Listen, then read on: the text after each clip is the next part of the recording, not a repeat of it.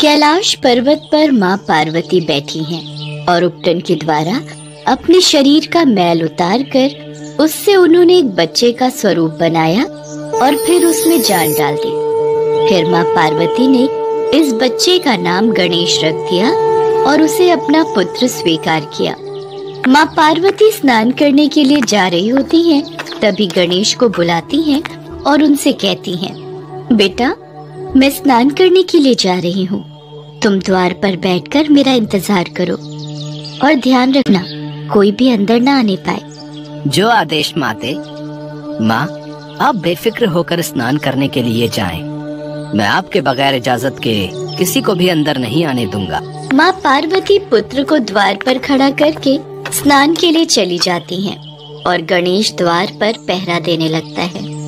कुछ समय बाद वहाँ भोलेनाथ, नंदी और कुछ सेवकों के साथ आते हैं। तभी नंदी पूछता है, भोलेनाथ ये बच्चा कौन है और द्वार पर पहरा क्यों लगा रहा है? तुम जाकर के देखो। नंदी और दो सेवक उसके पास जाते हैं और कहते हैं, बालक कौन हो तुम? तुम्हारी हिम्मत कैसे हुई जो तुम गणेश से सवाल जवाब कर सको? ठीक है, मैं स्वयं माँ पार्वती के पास जाकर ये प्रश्न कर लेता हूँ। अरे तुम ठहरो, द्वार के भीतर नहीं जा सकते। तुम कौन होते हो मेरा रास्ता रोकने वाले? मैं पार्वती नंदन गणेश हूँ और ये माता का आदेश है, कोई भी अंदर ना जाने पाए। जाओ अब यहाँ से जाओ। पुत्र, अचानक से मुझे पागल समझते हो क्या? मूर्ख लड़के, मैं यहाँ से कहीं नहीं जाऊंगा। गणेश अपनी गदा उठाते हैं और जोर से नंदी पर प्रहार करते हैं, जिस कारण नंदी को चोट लग जाती है। इस वजह से नंदी और सेवक दौड़ते हुए भोलेनाथ के पास वापस लौट जाते हैं। महादेव, भोलेनाथ, बचाओ बचाओ। भोलेनाथ को गुस्सा आ जाता है। उस तुच्छ बालक की इतनी हिम्मत कि वो तुम पर हाथ उठाए, अभी जाकर उसको सबक सिखाता हूँ। तभी भोलेनाथ, नंदी और कुछ सेवक समेत उस द्वार की तरफ जाते हैं। अरे ओ रुको, कहाँ चले जा रहे हो? आपको दिखता नहीं? द्वार पर पहरेदार खड़ा है। ये मेरा घर है, तुम कौन होते हो मुझे रोकने वाले? मुझे मेरे घर जाने से कोई नहीं रोक सकता है। जो भी हो, आपको मुझसे अंदर जाने के लिए इजाजत लेनी ही होगी, अन्यथा आप अंदर नहीं जा सकते हो। बालक, तुम इतने धूर्त कैसे हो सकते हो? धूर्त तो आप हैं, जो मेरे कहने के बाद भी अंदर जाने के लिए प्रवेश कर रहे हैं। तुम मुझसे बहस कर रहे हो, मैं तुम्हें भस्म कर दूंगा। मैं पार्वती नंदन गणेश हूँ, मेरा कोई कुछ नहीं बिगाड़ सकता। बेटा, द्वार से हट जाओ। मेरी माता का आदेश है, जब तक वो स्नान करके बाहर न आ जाए, तब तक मैं किसी को भी भीतर नहीं जाने दूं। बालक, सामने से हट जाओ। मैं अपने प्राण त्याग सकता हूँ, लेकिन माता का आदेश नहीं। माता का आदेश मेरे लिए पत्थर की लकीर है। तुम कौन हो बालक? मैं पार्वती पुत्र गणेश हूँ। तुम इतने हठी हो बालक, इतना हठ करना ठीक नहीं। मैं आपसे अब भी कह रहा हूँ, आप यहाँ से चले जाओ, वरना बहुत पछताओगे। तेरी इतनी हिम्मत! और दोनों के बीच घमासान युद्ध शुरू हो जाता है। गणेश का वार भोलेनाथ पर भारी पड़ता है। एक बालक से भी हार रहे हो। इस बार भी गणेश का वार भोलेनाथ पर भारी पड़ता है। गणेश और भोलेनाथ के महायुद्ध से पूरा ब्रह्मांड कांप जाता है और सभी देवता भोलेनाथ के पास पहुंच जाते हैं।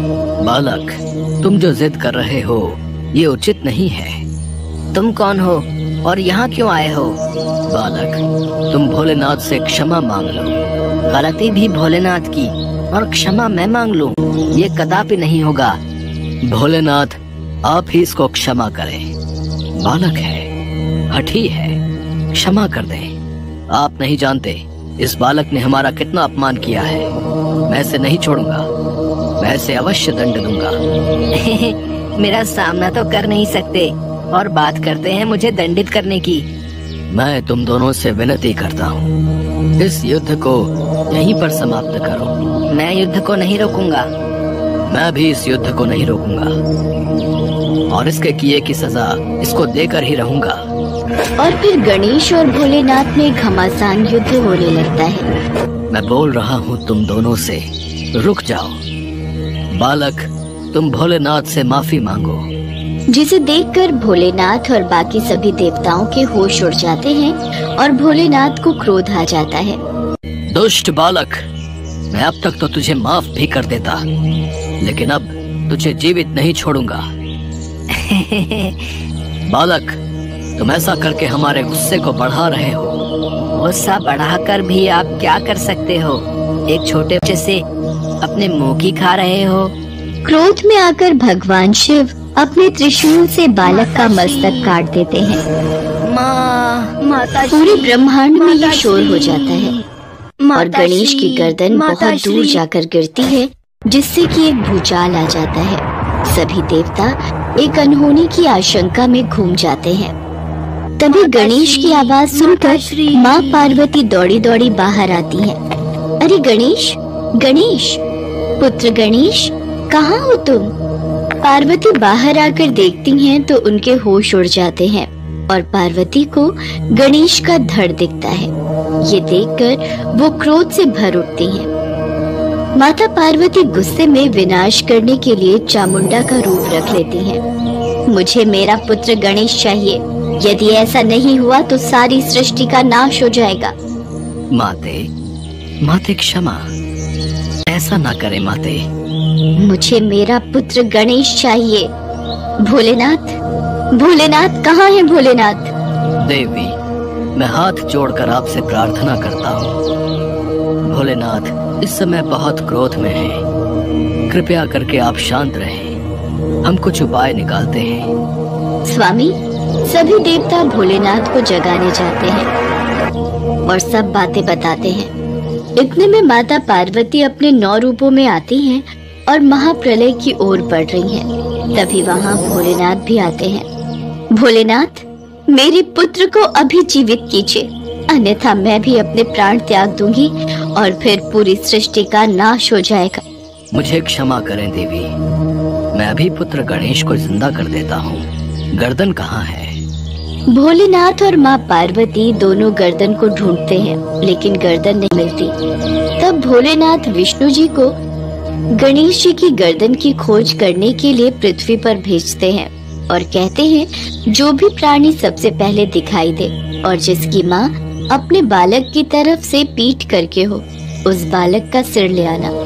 विष्णु जी चले जाते हैं और उन्हें सबसे पहले एक हाथी दिखाई दिया, जिसकी माँ अपने बच्चे की तरफ से पीठ करके सोई हुई थी। विष्णु जी उसी हथिनी के बच्चे की गर्दन को अपने साथ ले आए।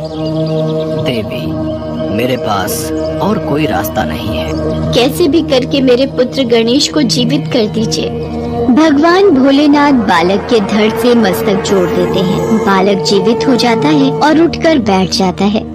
माता पार्वती का क्रोध शांत हो जाता है और वो पुत्र गणेश को अपने सीने से लगा लेती हैं।